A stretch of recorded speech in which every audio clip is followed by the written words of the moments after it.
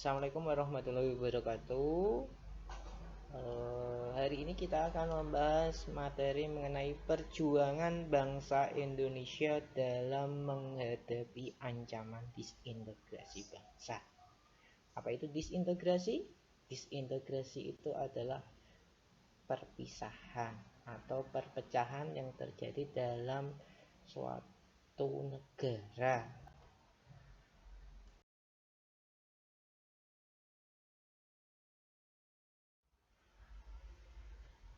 Perjuangan bangsa Indonesia dalam menghadapi ancaman disintegrasi bangsa dibagi jadi 3, yaitu pergolakan yang berkaitan dengan ideologi, pergolakan berkaitan dengan kepentingan, pergolakan berkaitan dengan sistem pemerintahan. Pergolakan yang berkaitan dengan ideologi ada 3, yaitu pemberontakan PKI di Madiun, pemberontakan DITII atau Darul Islam atau Tentara Islam Indonesia atau juga sering disebut Negara Islam Indonesia yang dipimpin oleh Kartosuwiryo. Yang ketiga adalah pemberontakan G30S. Ada beberapa tata cara penulisan G30S ini. Ada yang di buku ditulis dengan G30S garis miring PKI atau G30S. Setiap penulisan memiliki makna yang berbeda. Lain kali kita bisa bahas lagi. Pergolakan yang berkaitan dengan kepentingan. Yang pertama adalah APRA. Pemberontakan APRA. APRA adalah Angkatan Perang Ratu Adil. Yang kedua adalah pemberontakan Andi Aziz. Yang ketiga pemberontakan RMS atau yang dikenal dengan Republik Maluku Selatan. Pergolakan yang berkaitan dengan sistem pemerintahan, yaitu pemberontakan PRRI atau pemberontakan Pemerintahan Revolusioner Republik Indonesia. Yang kedua pemberontakan Permesta. Yang ketiga persoalan negara federal dan BFO.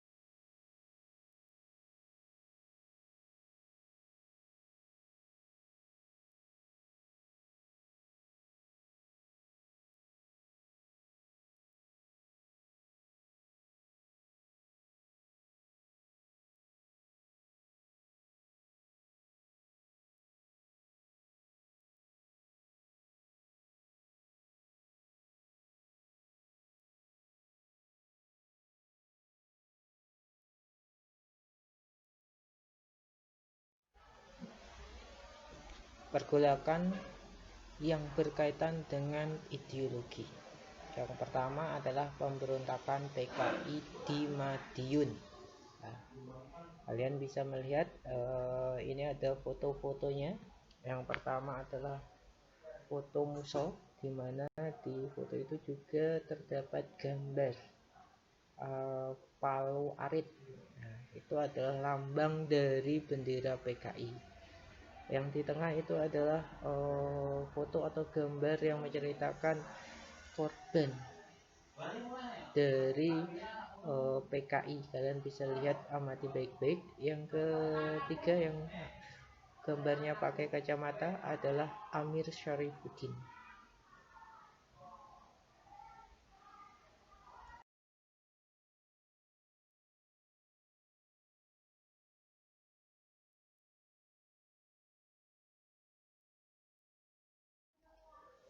PKI Madiun dilatar belakangi oleh cita-cita Partai Komunis yang ingin mendirikan sebuah negara yang berideologi komunis, atau pengen mendirikan sebuah negara yang namanya Republik Indonesia Soviet. Berawal dari golongan kiri yang terlempar dari pemerintahan, kemudian PKI berubah menjadi partai oposisi, atau bisa disebut juga partai yang tidak sejalur dengan pemerintah. dan bergabung dengan Front Demokrasi Rakyat atau yang dikenal dengan FDR yang didirikan oleh Amir Syarifuddin.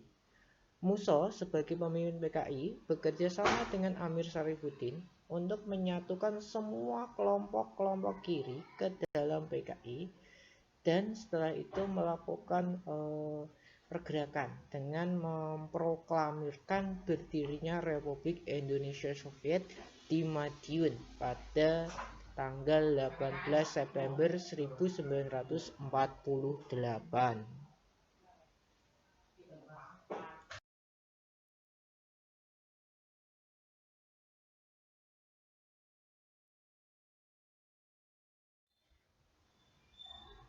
Konflik bersenjata ini kemudian disebut atau dikenal dengan Madiun Advance. Untuk penumpasan pemberontakan PKI Madiun, pemerintah melancarkan operasi militer dengan mengirimkan divisi Siliwangi 1 dan 2 di bawah pimpinan Kolonel Sungkono dan Kolonel Suibroto. Tapi sebelum mengirimkan operasi militer, pemerintah melakukan upaya diplomasi untuk bisa mengatasi secara damai, tapi tidak berhasil. Selain itu, ada juga pidato yang dilakukan oleh Soekarno, dan dalam pidato itu memiliki arti penting bagi penumpasan PKI Madiun. Kalian nanti bisa lihat di buku paket. Pemerintah berhasil menangkap para kader dan simpatisan PKI, terutama tokoh utamanya, yaitu Musso dan Amir Syarifuddin. Tapi ada dua tokoh yang berhasil melarikan diri ke luar negeri, dan dua tokoh ini pula yang nanti akan membangun PKI dengan strategi yang baru, nanti dikenal dengan G30S PKI atau G30S _PKI. Yaitu dua tokoh yang berhasil melarikan diri adalah D.N. Aidit dan M.H. Lukman. Musso terbunuh dalam pertempuran dan Amir Syarifuddin ditangkap dan akhirnya dijatuhi hukuman mati.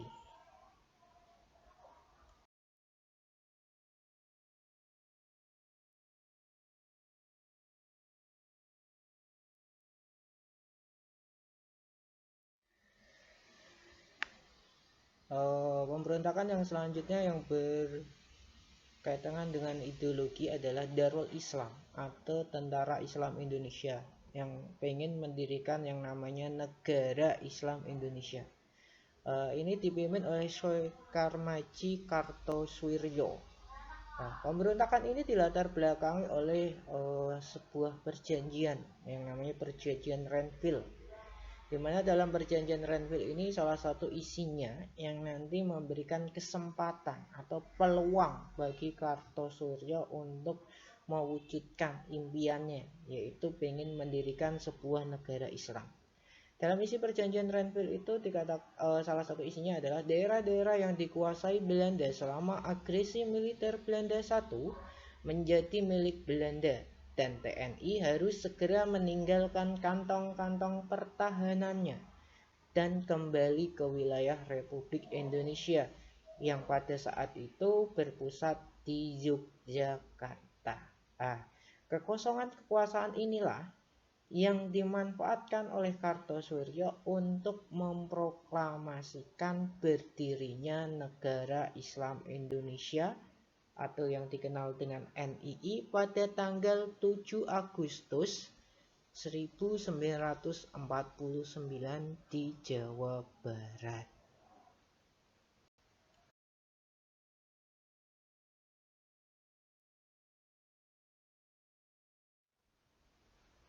Operasi militer untuk menumpas gerakan DITI dimulai pada tanggal 27 Agustus 1949. Operasi ini menggunakan taktik pagar betis, di mana markas musuh yang ada di atas pegunungan dikepung dari berbagai sudut, sehingga membuat mereka akhirnya tidak bisa keluar dari markas, sehingga kekurangan logistik karena mereka terkurung. Yang dilakukan dengan menggunakan tenaga rakyat berjumlah ratusan ribu untuk mengepung gunung tempat gerombolan bersembunyi. Taktik ini bertujuan untuk mempersempit ruang gerak mereka. Selain itu, juga dilakukan operasi tempur Baratayuda dengan sasaran menuju basis pertahanan mereka. Walaupun demikian, operasi penumpasan ini memakan waktu yang cukup lama. Baru pada tanggal 4 Juni 1962, Kartosoewirjo terkurung dan berhasil ditangkap di Gunung Geber di daerah Majalaya oleh pasukan Siliwangi, yang kemudian selanjutnya ia diberi hukuman mati.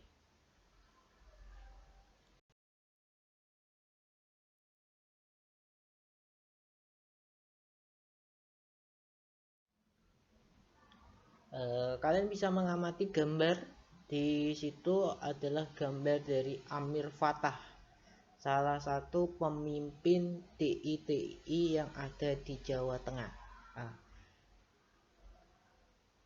Gerakan DITI yang dilakukan Amir Fattah muncul setelah agresi militer Belanda II yang ditandai dengan diproklamasikannya NII di desa Pengarasan tanggal 28 April 1948.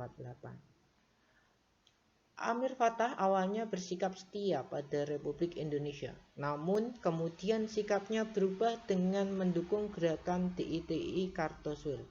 Hal itu dilatar belakangi oleh beberapa alasan.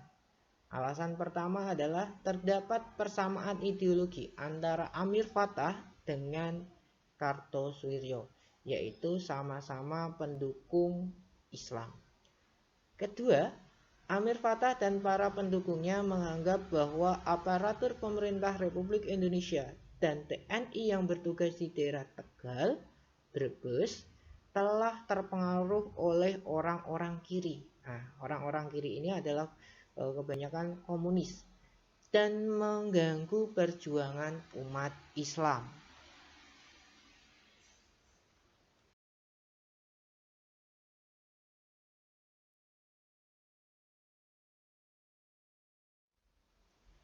Alasan ketiga, adanya pengaruh orang-orang kiri tersebut. Pemerintah RI dan TNI tidak menghargai perjuangan Amir Fattah dan para pendukungnya selama itu di daerah Tegal dan Brebes.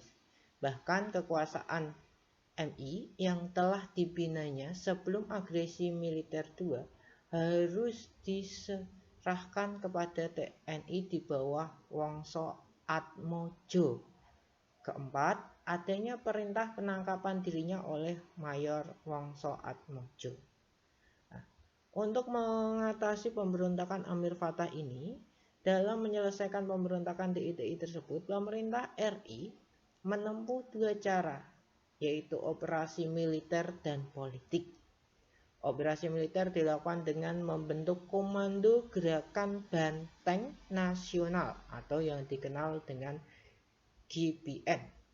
Gerakan Banteng Negara dipimpin oleh tiga tokoh, yakni Letnan Kolonel Sarbini, Letnan Kolonel Bahrum, dan Letnan Kolonel Ahmad Yani. Untuk cara-cara politis, pemerintah menawarkan amnesti kepada para pemberontak. Pelaksanaan kedua cara yang ditempuh oleh pemerintah itu ditambah dengan kekecewaan Amir Fattah terhadap intern atau dalam organisasi DITI telah berhasil memaksa Amir Fattah untuk meninjau kembali perjuangannya atau pemberontakannya selama ini dan kemudian akhirnya menyerah.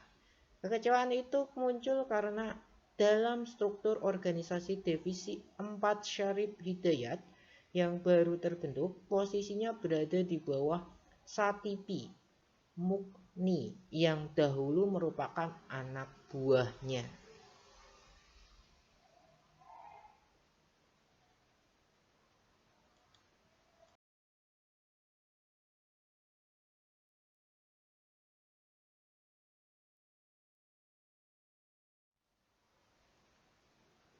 Kalian bisa mengamati gambar di sebelah kiri, itu dikenal sebagai Kiai Sumolangu, atau yang dikenal dengan Kiai Mahfudz Abdurrahman.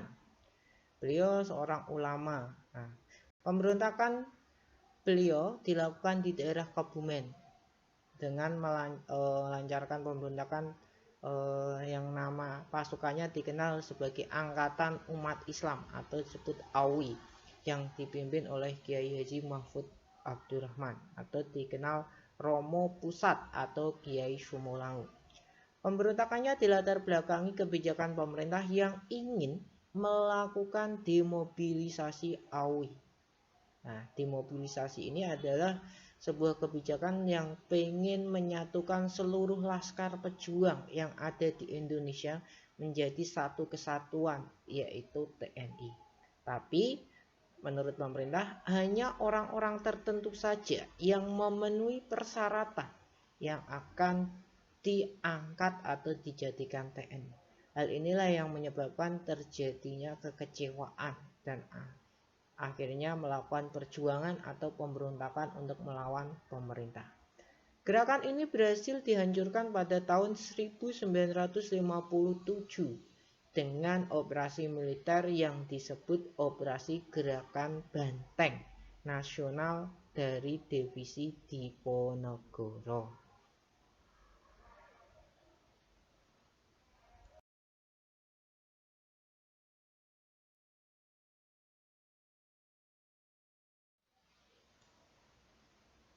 Kalian bisa mengamati gambar sebelah kanan. Beliau adalah sebuah tokoh yang ada di Sulawesi Selatan yang dikenal dengan nama Kahar Muzakar. Pemberontakan DI yang terjadi di Sulawesi Selatan disebabkan akibat ketidakpuasan para bekas pejuang gerilya kemerdekaan terhadap kebijakan pemerintah dalam membentuk Tentara Republik dan demobilisasi yang dilakukan di Sulawesi Selatan. Kahar Muzakar menuntut pemerintah untuk mengangkat pasukan Komando Gerilya Sulawesi Selatan atau yang dikenal KGSS menjadi Tentara Republik dengan nama Brigade Hasanuddin. Tetapi tuntutan ini ditolak karena menurut pemerintah hanya akan mengangkat anggota KGSS yang memenuhi syarat saja. Hal ini membuat Kahar Muzakar memberontak dan menyatakan diri menjadi bagian dari Negara Islam Indonesia Kartosoewirjo 7 Agustus 1953. Pemberontakan ini berakhir dengan tewasnya Kahar Muzakar dalam suatu operasi militer.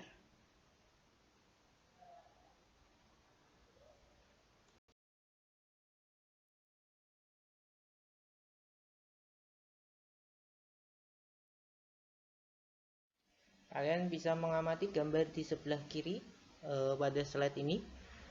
Beliau adalah Ibnu Hajar yang memimpin pemberontakan di daerah Kalimantan Selatan. Pemberontakan DITI di Kalimantan Selatan dilatar belakangi rasa kecewa kepada pemerintah. Rasa kecewa ini dialami oleh anggota Angkatan Laut Republik Indonesia yang dikenal dengan ALRI atas kebijakan pemerintah dalam melakukan demobilisasi ALRI serta pemberian posisi yang tidak sesuai dengan keinginan mereka. Hal itulah yang akhirnya membuat Ibnu Hajar melakukan pemberontakan. Ibnu Hajar melakukan pemberontakan dan menamai pasukannya dengan Kesatuan Rakyat Indonesia yang Tertindas atau yang dikenal dengan KRIYT dengan harapan untuk bisa menarik simpati masyarakat agar mau mendukung dan menyatakan menjadi bagian dari DITI 1954 setelah mendapatkan tawaran jabatan yang lebih tinggi yaitu sebagai Panglima Tentara Islam Indonesia daerah Kalimantan. Pemberontakan ini berakhir dengan menyerahnya Ibnu Hajar.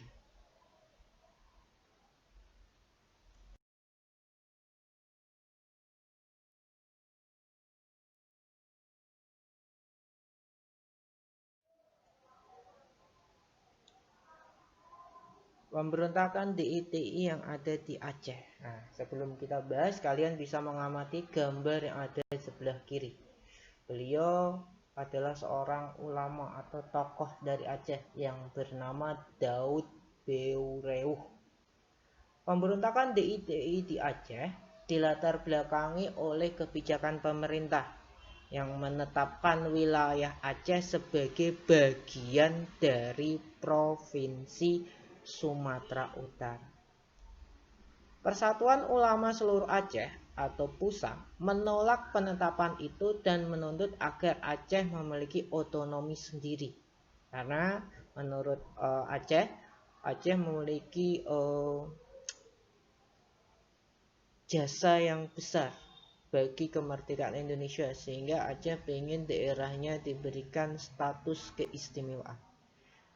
Pada tahun 1953, Daud Beureuh menjalin hubungan atau kontak dengan Kartosuryo dan menyatakan Aceh menjadi bagian dari negara Islam Indonesia karena persamaan agama, yaitu sama-sama beragama Islam.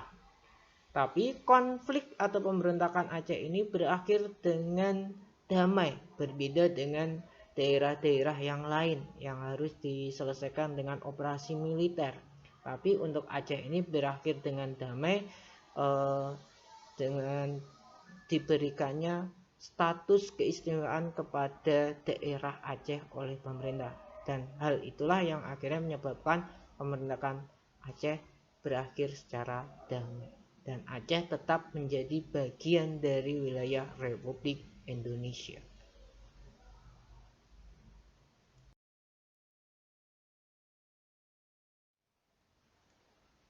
Pemberontakan yang ketiga yang berhubungan dengan ideologi adalah Gerakan 30 September tahun 1965.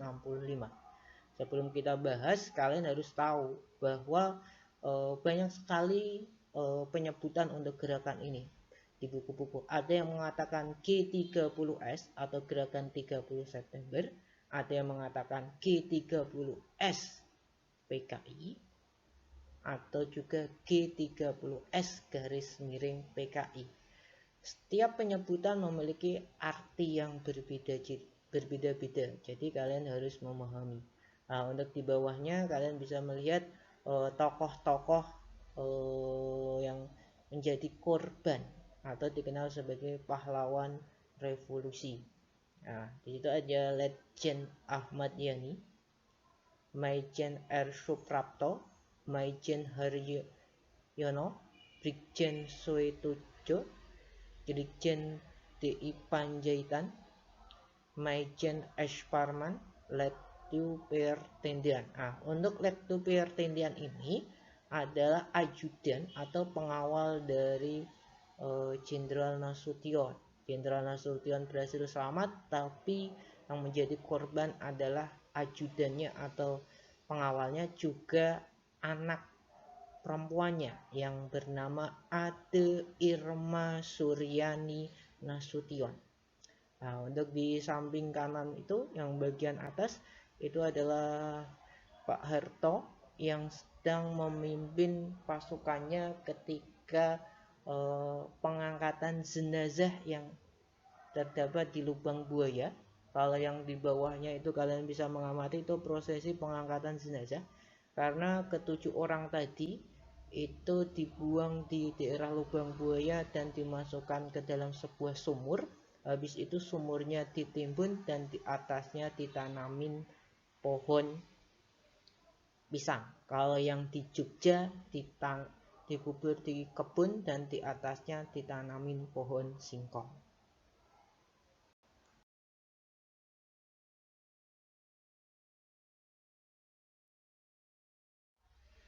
Ada 6 teori mengenai peristiwa G30S tahun 1965. Teori yang pertama adalah G30S merupakan persoalan internal Angkatan Darat. Nah, ini dikemukakan oleh Ben Anderson, W.F. Wertheim, dan John Hotspell. Teori ini menyatakan bahwa G30S hanyalah peristiwa yang timbul dari akibat adanya persoalan di kalangan Angkatan Darat sendiri, yaitu rasa kekecewaan terhadap para perwira tinggi atau jenderal, di mana para perwira tinggi TNI hidupnya bermewah-mewahan, tetapi prajuritnya hidup sederhana atau kekurangan, sehingga menyebabkan terjadinya pemberontakan. Teori yang kedua adalah G30S, didalangi oleh Dinas Intelijen Amerika Serikat atau yang dikenal dengan CIA.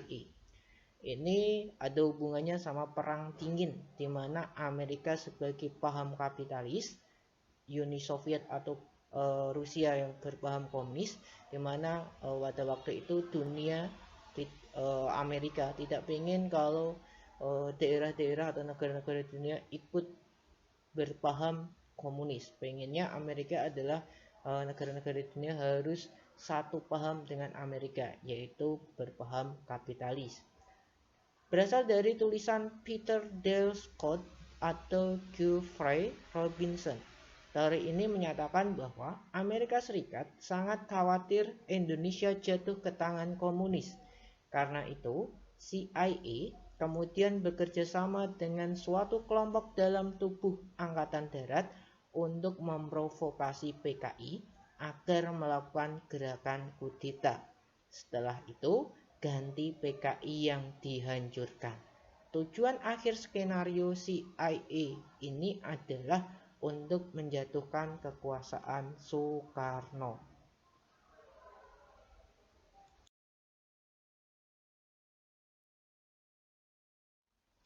Teori yang ketiga adalah G30S merupakan pertemuan kepentingan Inggris dan Amerika Serikat. Menurut teori ini, G30S adalah titik temu antara keinginan Inggris yang ingin sikap konfrontatif Soekarno terhadap Malaysia bisa diakhiri melalui penggulingan kekuasaan Soekarno, dengan keinginan Amerika Serikat agar Indonesia terbebas dari komunisme. Akhirnya dari dua kepentingan negara tersebut bekerja sama untuk menjatuhkan Soekarno. Teori ini dikemukakan antara lain oleh Greg Howlgreen. Teori keempat, Soekarno dalang dari G30S, dikemukakan oleh Anthony Dec dan John Hughes. Berasal dari asumsi Soekarno berkeinginan melenyapkan kekuatan oposisi atau yang tidak sepaham dengan dirinya terhadap dirinya, yang berasal dari sebagian perwira tinggi Angkatan Darat. Karena PKI dekat Soekarno, partai ini pun terseret dalam kejadian ini. Didasarkan pada kesaksian Sir Biju Patnaik yang merupakan seorang warga negara India yang bekerja sebagai pilot. Pada malam sebelum terjadinya itu, Soekarno pernah mengatakan tolong tinggalkan bandara udara sebelum tanggal 1 tengah malam. Tapi Sir Biju Patnaik tidak tahu apa maksudnya. Setelah kejadian G30S inilah Sir Biju Patnaik baru tahu apa maksud dari Soekarno tersebut. Teori kelima bisa disebut teori Chaos. Tidak ada pemeran tunggal dalam peristiwa ini. Menurut teori Chaos yang dikemukakan oleh John D. Lage, teori ini menyatakan bahwa tidak ada dalang tunggal dan tidak ada skenario besar dalam peristiwa G30S. Kejadian ini hanya merupakan hasil dari perpaduan antara seperti yang disebut oleh Soekarno, yaitu unsur-unsur neokolim atau negara barat, pimpinan PKI yang keblinger, serta oknum-oknum ABRI yang tidak benar. Semuanya pecah dalam improvisasi di lapangan. Teori ke-6, dalam gerakan 30 September adalah PKI. Menurut teori ini, tokoh-tokoh PKI adalah penanggung jawab peristiwa kudeta dengan memperalat unsur-unsur tentara.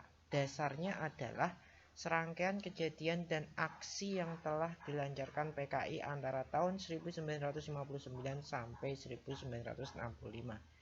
Dasar lainnya adalah bahwa setelah G30S, beberapa perlawanan bersenjata yang dilakukan oleh kelompok yang menamakan diri CCPKI sempat terjadi di Blitar Selatan, Gerobokan, dan Klaten.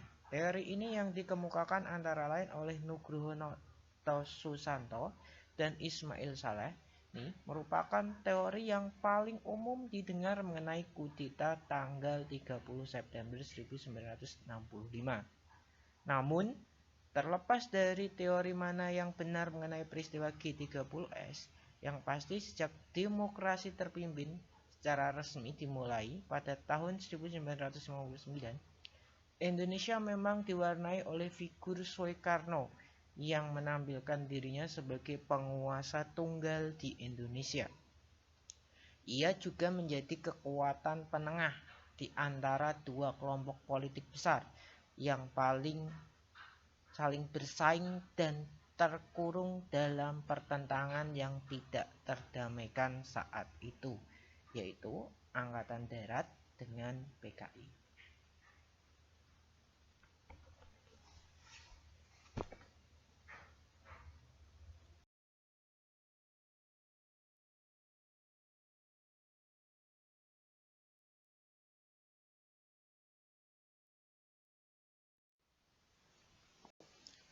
Setelah pemberontakan PKI Madiun tahun 1948, PKI vakum. Tapi nanti PKI berhasil bangkit menjadi sebuah partai yang lebih besar daripada sebelumnya di bawah pimpinan TNID dan Lukman. PKI kembali bangkit dan menjadi partai yang lebih besar lagi daripada sebelumnya di bawah kepemimpinan TNID dan Lukman. Strategi yang diterapkan adalah dengan cara mendompleng popularitas Soekarno. Partai-partai yang lain yang tidak sepaham dengan PKI berhasil disingkirkan oleh PKI. Pada masa itu hanya ada 3 kekuatan politik yang menguasai Indonesia, yaitu Soekarno, PKI, dan TNI AD. Soekarno sebagai penengah antara PKI dan TNI AD. Banyak cara yang dilakukan PKI untuk mendapatkan dukungan dari rakyat. Di antaranya membentuk lekra atau lembaga kebudayaan rakyat, melancarkan kampanye aksi sepihak, salah satunya yang dikenal dengan 7 setan desa. Untuk tujuannya adalah untuk membenci para birokrat desa. Akibat tindakan PKI ini menyebabkan beberapa kejadian antara lain peristiwa Bandar Betsi yang di Sumatera Utara, yaitu BTI, Barisan Tani Indonesia, berusaha menyerang dan mengambil alih tanah para tuan tanah atau perusahaan swasta. Kanigoro di Kediri, ini masalah tentang BTI yang menyerang pondok pesantren Gontor guna merebut tanah yang dihibahkan pada pondok pesantren. Dan pada peristiwa Kanigoro ini BTI melakukan tindakan yang sangat tidak disukai oleh umat Islam. Salah satunya adalah membunuh kiai dan para santrinya sehabis sholat subuh, bahkan sampai berani menginjak kitab suci Al-Quran. PKI juga pernah mengusulkan pembentukan Angkatan Perang Kelima. Nah, Angkatan Perang Kelima ini adalah kaum buruh yang dipersenjatai. Tapi usulan PKI ini ditolak atau ditentang oleh para petinggi Angkatan Darat dengan alasan kalau Angkatan Perang Kelima sampai dibentuk, itu akan membuat rancuh koordinasi keamanan atau pasukan. PKI meniupkan isu adanya Dewan Jenderal yang mau melakukan kudeta terhadap pemerintah. Isu itu didasarkan pada penemuan dokumen Gilchrist yang di situ menjelaskan para perwira tinggi Angkatan Darat akan melakukan pengambil alihan kekuasaan.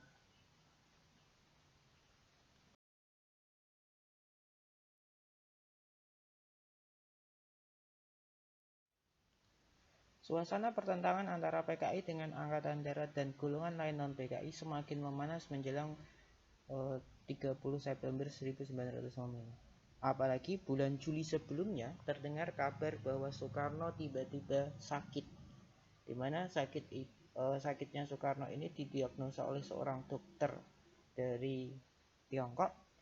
Satu, kalau tidak lumpuh Soekarno akan meninggal, hingga menyebabkan kekhawatiran bagi pihak PKI. Kalau PKI tidak mengambil alih kekuasaan atau menyelamatkan, takutnya TNI akan mendahului PKI.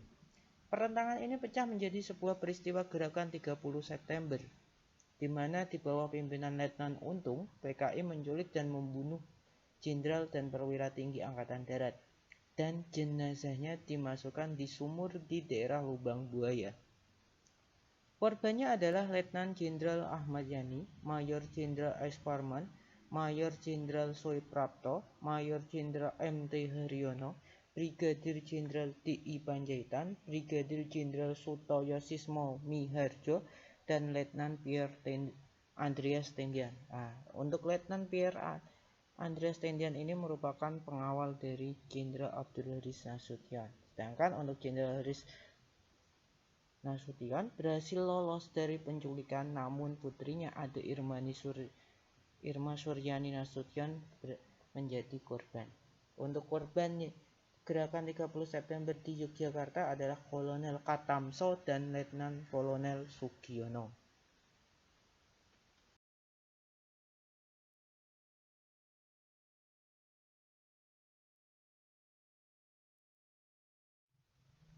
Panglima Komando Strategis Angkatan Darat Pangkostrat Mayor Jenderal Soeharto segera mengambil alih kepemimpinan Angkatan Darat dan menghimpun pasukan untuk menumpas pemberontakan yang mau mengganti ideologi Pancasila menjadi komunis. PKI berhasil ditumpas dan semenjak itu PKI menjadi partai terlarang di Indonesia. Kalian bisa melihat kembali ini gambar-gambar dari tokoh-tokoh yang menjadi korban dan mereka dianugerahi sebagai pahlawan revolusi karena mereka dianggap sebagai seorang pahlawan yang berhasil menjaga dan mempertahankan ideologi Pancasila yang hendak diganti oleh seorang komunis.